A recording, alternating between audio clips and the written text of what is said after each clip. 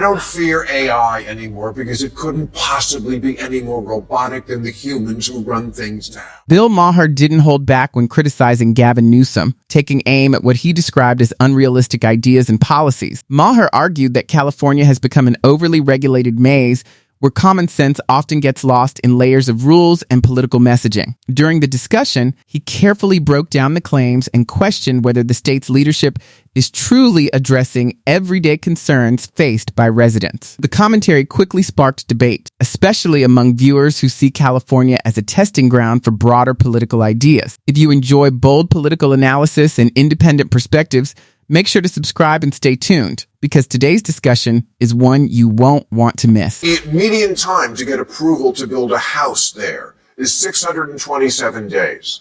That's 217 days longer than it took to build the Empire State Building. You need 87 permits, 15 from the Planning Commission, 26 from the Public Utilities Commission and the Fire Department, 19 from building inspectors, 17 from the Public Works, 10 related to public spaces, and 1 from a guy in a t-shirt that says Federal Boob Inspector.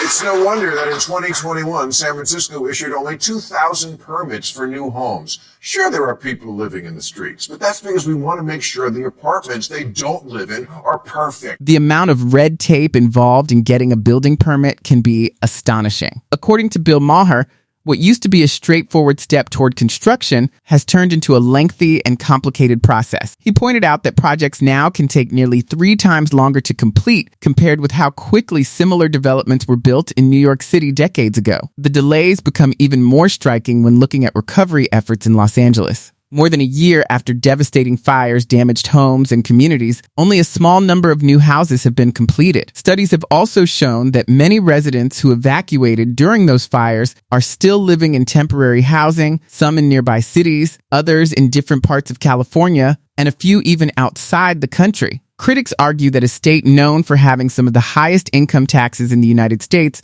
should be able to respond more efficiently and provide faster support. Instead, they say the rebuilding process has been slowed by regulations and bureaucracy, raising questions about whether the system is truly serving the people it's meant to help. California is the place that spends money and gets nothing, which is why you may have noticed when the fires broke out, no one escaped by high-speed rail. We have the highest marginal tax rate in America, higher than almost all other states, and soon Greenland. Now, is wokeness the main reason for the fires? Of course not. But it's also not wrong to associate some of the unforced errors our government made with the things normies see as hallmarks of uber-progressive politics. Questionable budget priorities, high taxes that get you nothing, making everything about identity politics, virtue signaling overseas instead of tending to the nuts and bolts at home.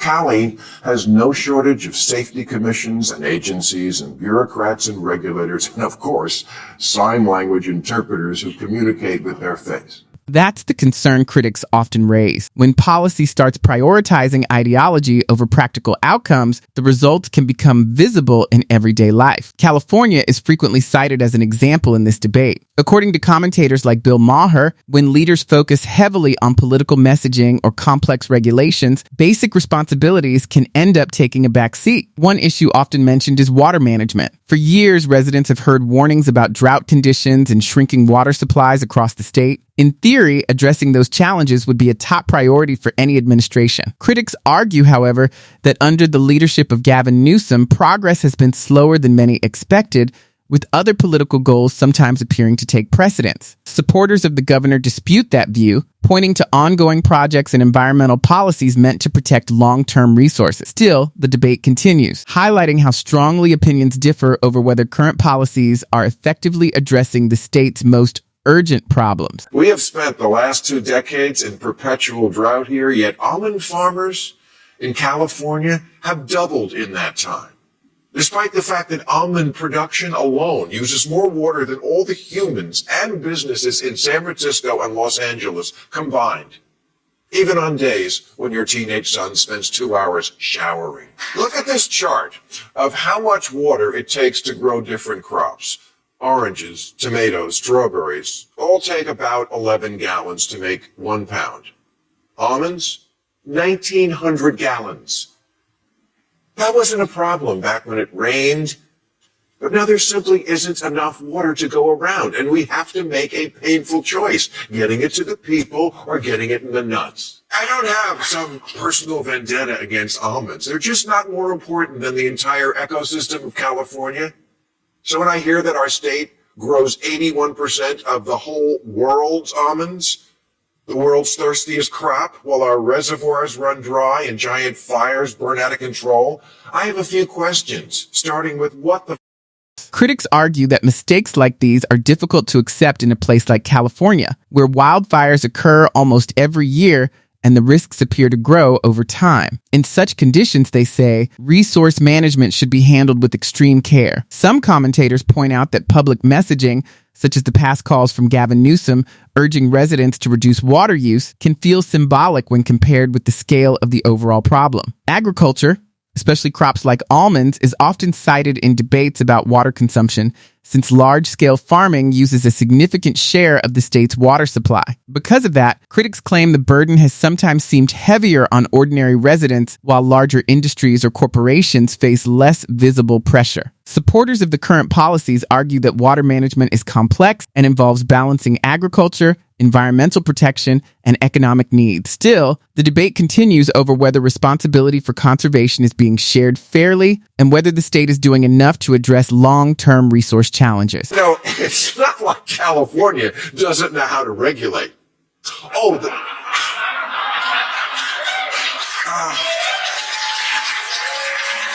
they know. They know. We are the most regulated state in the nation with more than 395,000 regulatory restrictions. It is a constant nightmare of inspectors and permits and fees. In this state, if you get to your car 10 seconds after the parking meter expires, it's already gone and you'll never see it again. California has rules about every nitpicky thing you could imagine. If you don't believe me, try parking in Santa Monica, or starting a business, or getting your solar power hooked up. But for 30 years, Nestle took water out of the San Bernardino National Forest under a permit that expired in 1988. And Coca-Cola is somehow allowed to take water from municipal water supplies, stick it in bottles, and sell it back to the taxpayers who own the water to begin with. 395,000 regulations, but somehow that slipped through the cracks? This frustration is one reason many people feel the system works against them. Critics argue that when large corporations seem able to navigate regulations with ease, while ordinary families struggle just to obtain a permit to rebuild their homes, something clearly isn't functioning the way it should. Commentators often point out that this kind of bureaucratic challenge isn't new in California.